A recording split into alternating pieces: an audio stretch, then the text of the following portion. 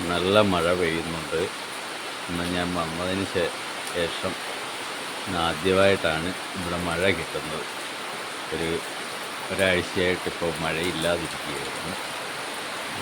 മഴ കാണാനുള്ള ഒരു അവസരം കിട്ടിയിരിക്കുക. ഞാനങ്ങനെ എൻ്റെ വീടിൻ്റെ മുറ്റത്ത് തിണ്ണയിൽ നിന്നുകൊണ്ടാണ് ഈ വീഡിയോ എടുക്കുന്നത്. ഇവിടെ നമ്മുടെ വഴിയിലൊക്കെ എന്തായാലും മഴ പെയ്തതുകൊണ്ട് ഞാൻ ഇവിടെ നിന്ന് നോക്കി കാണുകയാണ്. ചെറിയ പുല്ലുകളൊക്കെ കിളിച്ച് വരുന്നുണ്ട്. ഇതെല്ലാം പറിച്ച് കളയണം. അങ്ങനെ എന്തായാലും നല്ലൊരു മഴ കിട്ടിയിരിക്കുകയാണ്. വാതിലിലേക്ക് ഞാനിവിടെയാണ് കിടന്നത്. ഇന്ന്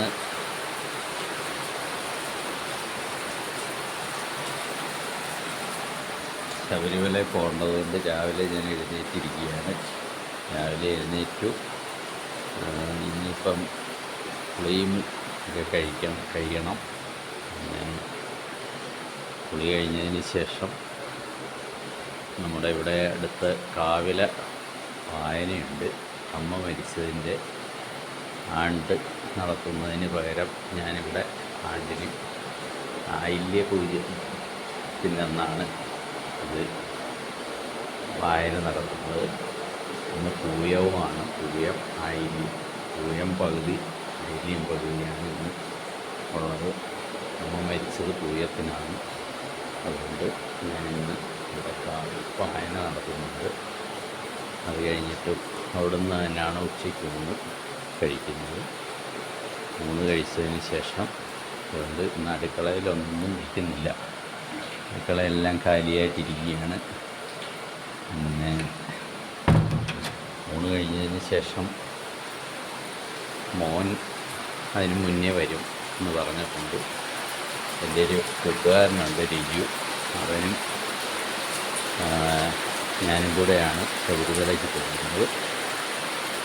മോൻ കിഴക്ക് കവിതയുടെ വീട്ടിൽ നിന്ന് ഇന്ന് 10-11-12 മണിയാകുമ്പോഴത്തേക്ക് വരും.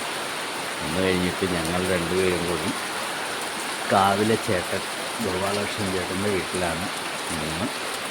അവിടെയാണ് വായന നടത്തുന്നത്. അവർ വായന നടത്താനുള്ള എല്ലാ ഏർപ്പാടും ചെയ്തിരിക്കുകയാണ്. ഊണൊരുക്കും. 10-30 പേരോളം ഇവിടെയുള്ള അയൽക്കാരെല്ലാവരും ഈ വായന ദിവസം പോയി അവിടെയാണ് ഊണ് നടത്തുന്നത്.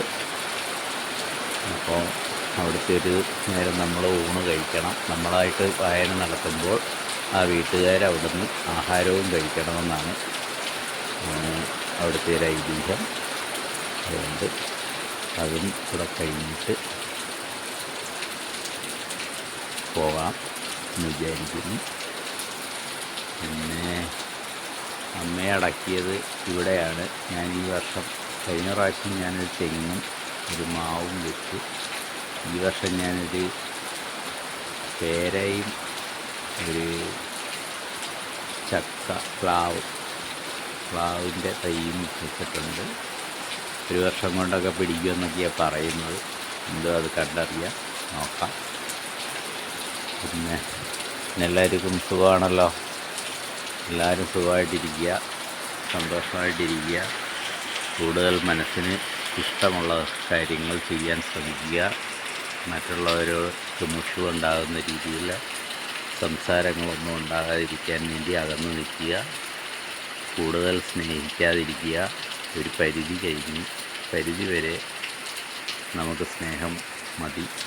ഇത് കൂടുതലാകുമ്പോൾ അവർക്ക് പരാതികളും പരിഭവങ്ങളും ഒക്കെ ആവും. അതുകൊണ്ട് ഞാനിപ്പോൾ അങ്ങനെയാണ്. ഒരു വർഷമായിട്ട് എന്നെ അത് മനസ്സിലാക്കി തന്നത് എൻ്റെ ഒരു സിസ്റ്ററാണ്. പുള്ളിക്കാരിയുടെ അടുത്ത് ഞാൻ എല്ലാവരുടെയും അടുത്ത് പോന്നു. 3 പേരുടെ അടുത്ത് പോയിട്ടുണ്ട്. ഇനി ഒരാളുടെ വീട്ടിലും കൂടെ, ഇളയാളുടെ വീട്ടിലൂടെ പോകണമെന്ന് വിചാരിക്കുന്നു. പിന്നെ അമ്മയുടെ ആങ്ങളയുണ്ട്, മാമൻ. പുള്ളിക്കാരനും വയ്യാതൊക്കെ ഇരിക്കുകയാണെന്ന് പറഞ്ഞു. അപ്പോൾ അവിടെയും കൂടെ ഒന്ന് പോകണം. വേറെ പിന്നൊരു എൻ്റെ ഒരു ചേട്ടനുണ്ട്. എന്നെ ഞാനാക്കിയ അതായത് എന്നെ അച്ഛനില്ലാത്ത സമയത്ത് സഹായിക്കുകയും എനിക്കൊരു ജോലി, ചെറിയതെങ്കിലും ഒരു ജോലി തന്ന് എന്നെ നിലനിർത്തിയ ഒരു ചേട്ടനുണ്ട്. ചേട്ടൻ്റെ അച്ഛനാണ് നിലനിർത്തിയത്. പക്ഷേ പുള്ളിക്കാരൻ മരിച്ചുപോയി. ചേട്ടനും ഇപ്പോൾ ഉണ്ട്. ചേട്ടനും ചേട്ടത്തിയും ഒരു മോളുമാണ്. കല്ലിൽ ഭാഗത്ത് തന്നെയാണ്. ബിനോണ്ണൻ എന്നാണ് പേര്. പിന്നെ എൻ്റെ മോൻ നിൽക്കുന്ന അതും ഒരു ചേട്ടൻ്റെ വീട്ടിലാണ്. അതെൻ്റെ വല്യച്ഛൻ്റെ മോനാണ്. പക്ഷേ ആ അണ്ണൻ 2 വർഷം മുന്നേ മരിച്ചുപോയി. അപ്പോൾ ചേച്ചി മോളും മാത്രമേ ഉള്ളൂ. മോളുടെ വിവാഹം കഴിഞ്ഞ് മോളിപ്പോൾ പ്രഗ്നൻ്റായിട്ട് നിൽക്കുകയാണ്. ചേച്ചി ഒറ്റയ്ക്കായതുകൊണ്ട് എൻ്റെ മോനെ കഴിഞ്ഞ വർഷം ഡിഗ്രിക്ക് ഇവിടെ കരുനാഗപ്പള്ളിയിൽ തന്നെ ചേർത്ത് അവിടെ നിൽക്കുകയാണ്. അവൻ ഇപ്പോൾ ലീവ് ഉള്ളതുകൊണ്ട് അവൻ്റെ അമ്മയുടെ കൂടെ അമ്മയുടെ വീട്ടിൽ പോയിരിക്കുകയാണ്. ചേച്ചിയുടെ വീട്ടിലും ഞങ്ങൾ പോയി ഒരു ദിവസം നിന്നു. സന്തോഷം എല്ലാവരോടും. ഞാൻ കല്ലേൽ ഭാഗത്ത് എൻ്റെ വീട് കിടക്കുകയാണ്. അത് വാടകക്കാരെങ്കിലും ഉണ്ടെന്നുണ്ടെങ്കിൽ കൊടുക്കണം. പിന്നെ ഞങ്ങൾ പോകുമ്പോൾ ഇതും വാടകയ്ക്ക് കൊടുക്കാനുള്ള ഒരു പ്ലാനാണ് ഉദ്ദേശിക്കുന്നത്. ഇന്നലെ ഞാൻ ഇവിടെ പെയിൻ്റൊക്കെ ചെറുതായിട്ട് ചെയ്തു.